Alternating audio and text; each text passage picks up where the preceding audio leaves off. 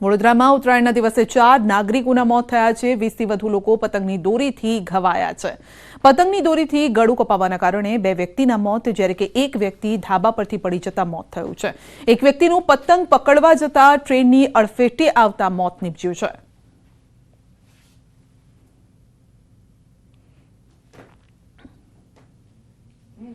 અમરેલીના ખાંભા શહેરમાં દીપડાના આંટા ફેરા। જીનવાડીપરામાં દીપડાએ વાછરડીનો શિકાર કર્યો છે।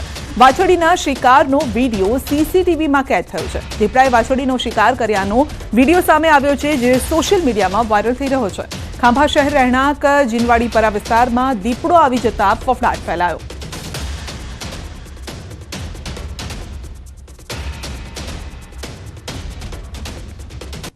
અમરેલીના ખાંભાના નાના બારમણ ગામે સિંહ અને સિંહણના આંટા ફેરા। ગત રાત્રિના પ્રાથમિક શાળા નજીક સિંહ અને સિંહણ આવી ચડ્યા હતા અને પ્રાથમિક શાળાના સીસીટીવી વિડીયોમાં સિંહ અને સિંહણનો આ વિડીયો કેદ થયો છે।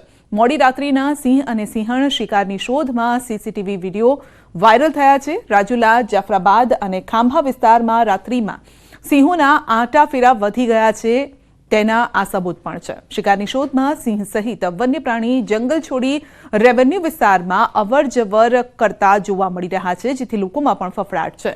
વન વિભાગ રાત્રિનું પેટ્રોલિંગ વધારે તેવી લોકોની માંગ છે।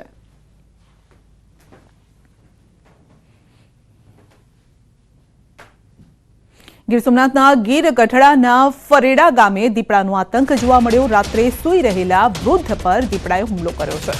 દીપડાના હુમલામાં વૃદ્ધાનું મોત થયું છે। વાડી વિસ્તારમાં રાત્રે સૂતા હતા તે સમયે દીપડાએ અચાનક જ હુમલો કર્યો છે। ઘટનાથી ગ્રામજનોમાં ભયનો માહોલ છવાયો છે। માનવભક્ષી દીપડાને પાંજરે પૂરવા ગ્રામજનોની માંગ છે। વન વિભાગે દીપડાને પકડવા કવાયત શરૂ કરી છે।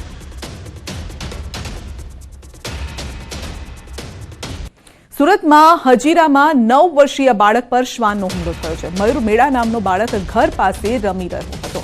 બાળક પર અચાનક 2 શ્વાને હુમલો કર્યો। બાળકના શરીરના ભાગે ગંભીર ઈજા પણ પહોંચી છે। શ્વાનના હુમલામાં બાળકના શરીરના ભાગે 7 જેટલા ગંભીર ઘા જોવા મળ્યા। બાળકને 108 મારફતે સિવિલ હોસ્પિટલ ખસેડવામાં આવ્યો।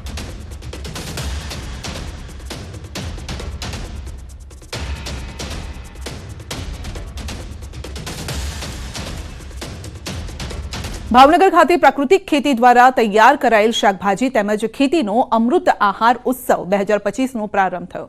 શુદ્ધ અને સાત્વિક ખોરાક મળે તેવા શુભ આશયથી અમૃત આહાર ઉત્સવનું આયોજન કરાયું છે। આ ઉત્સવનો હેતુ ખેડૂતો દ્વારા ઓર્ગેનિક ખેતીથી તૈયાર કરાયેલ શાકભાજી તેમજ અન્ય પાકો સીધા લોકોને મળે તેવો છે। આ ઉત્સવમાં ખાણીપીણી વિભાગમાં રીંગણનો ઓળો, રોટલો, શકરિયાનો શીરો, મગના પુડલા, બીટનો હલવો, બ્રોકોલીનું પંજાબી શાક વગેરે અવનવી ચટાકેદાર વાનગીઓની લોકોએ મજા માણી હતી। અને મહત્વનું છે કે આજના સમયમાં બેફામ પ્રદૂષણ, રાસાયણિક દવાઓના ઉપયોગથી કુદરતી રીતે મળતા તત્વો હવે સરળતાથી ઉપલબ્ધ નથી અને તેવા સમયે શુદ્ધ અને સાત્વિક ખોરાક મળે તેવા શુભ આશયથી અમૃત આહાર ઉત્સવનું આયોજન કરાયું।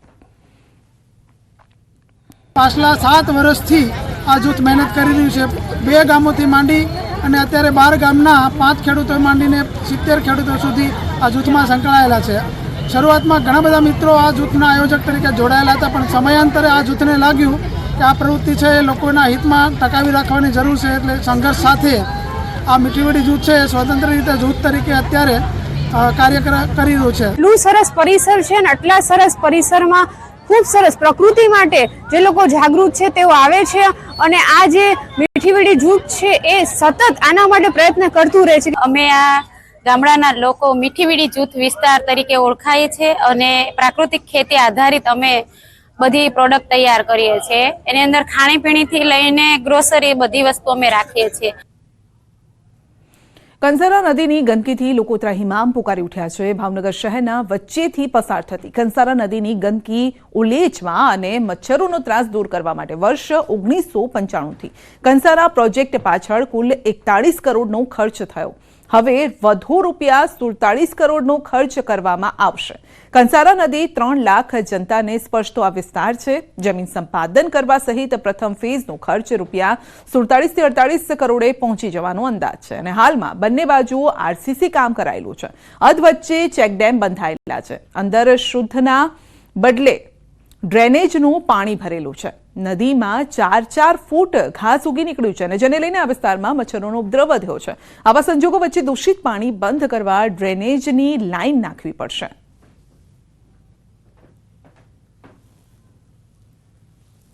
એટલે ફેઝ 2 ની અંદર સિક્સરથી જે કંસારા નીકળે છે બીજું ફાટું, અને જેને આપણે વરસાદી પાણી બોર તળાવ લઈ જઈ રહ્યા છીએ એને જ આ રીતે પાકી કેનાલ ને એ કરવાનું છે. એક કમ્પોનન્ટ એ છે. બીજું, સુભાષનગર પાસે જે આપણું રોડ છે બંદર રોડ લગીનો, ત્યાંથી 1 કિલોમીટર લાઇનિંગ ડ્રેનેજ લાઇન એ કનેક્ટ કરવાની છે. અને ત્રીજું કમ્પોનન્ટ એવું છે આની અંદર કે વિરાણીથી હિલ પાર્ક સુધીનો જે સાઈડમાં જે રોડ છે એને જે કનેક્ટિવિટી ઇન્ટરનલ રહે અને મુખ્ય રોડ ઉપર ઓછો ટ્રાફિક થાય. મહાનગરપાલિકા તંત્રની ઢીલી નીતિના લીધે જમીન સંપાદન ક્યારે થશે તે નક્કી નથી. કરોડોના પ્રોજેક્ટના બીજ રોપાતા પહેલા અવરોધો દૂર કરવાની શાસકોની દીર્ઘદ્રષ્ટિના અભાવે કંસારા પ્રોજેક્ટ ફેઝ 2 ચાલુ કરવાની કાર્યવાહી હાથ ધરાઈ છે, છતાં ફેઝ 1માં અધૂરા કામમાં કોઈ ગતિ આવતી નથી.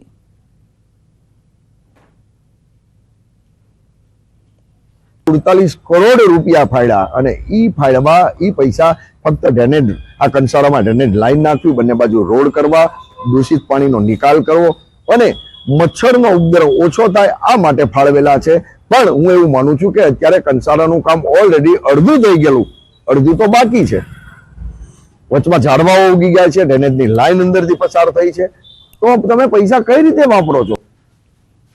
ખંભાળિયા નગરપાલિકાએ મિલકત સીલ કરવાની કામગીરી કરી છે. વેરો બાકી હોય તેવા આસામીઓ સામે કાર્યવાહી કરાઈ છે. મહત્વનું છે કે ખંભાળિયા શહેરમાં 200થી પણ વધુ લોકોને વેરો ભરપાઈ કરવા નોટિસ અપાઈ.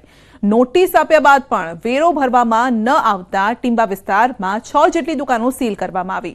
નગરપાલિકાએ શહેરીજનોને બાકી વેરો વહેલી તકે ભરી દેવા અપીલ કરી છે અને આગામી દિવસોમાં તંત્ર દ્વારા બાકી વેરા મુદ્દે કાર્યવાહી કરવામાં આવશે.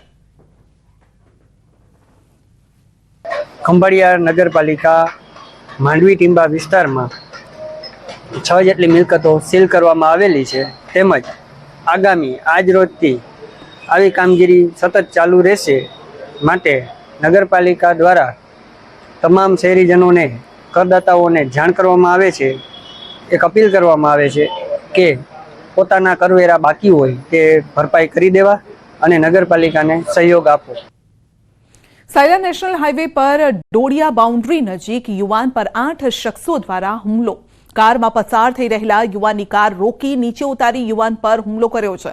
અગાઉના ઝઘડાના મનદુખ બાબતે હુમલો કરવામાં આવ્યો હોવાની આશંકા છે.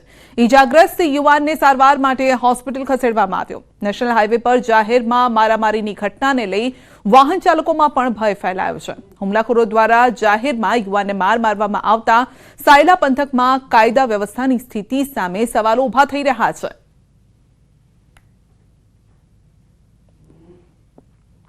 રાજકોટમાં ઉત્તરાયણ પર સીતાજી ટાઉનશીપનો વિડીયો વાયરલ થયો છે. હાથમાં શંકાસ્પદ નશીલા પદાર્થ જોવા મળી રહ્યા છે. 4 શખ્સો ખુરશીના ઘા કરતા પણ જોવા મળે છે. ઉત્તરાયણ પર્વમાં સોસાયટીમાં ધમાલ મચાવતા શખ્સો જોવા મળ્યા છે.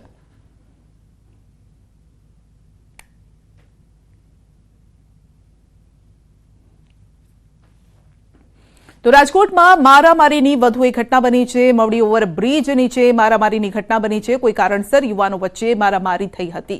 સમગ્ર ઘટનાનો વિડીયો સોશિયલ મીડિયામાં વાયરલ થયો છે.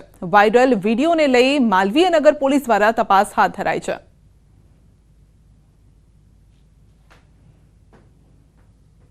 ભાવનગરના તળાજાના હમીપરા ગામે જૂની અદાવતને લઈ હુમલો થયો છે. જૂની અદાવતને લઈ પરિવારના સભ્યો પર 18 કરતા વધુ લોકોનો હુમલો થયો છે. થોડા દિવસો અગાઉ અગમ્ય વાતને લઈને થઈ હતી